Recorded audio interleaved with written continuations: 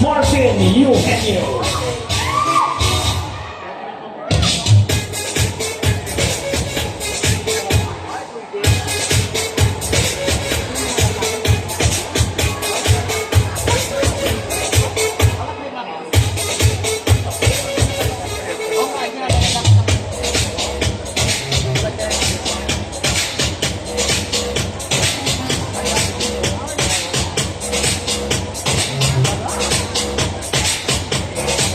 Sporting a swimming trunk.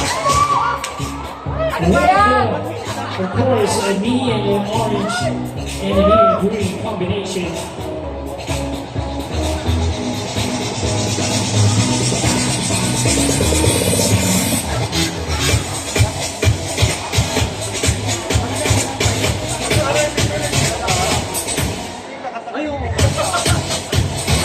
Thank you so much. Once again, hump number 2. Coming up next.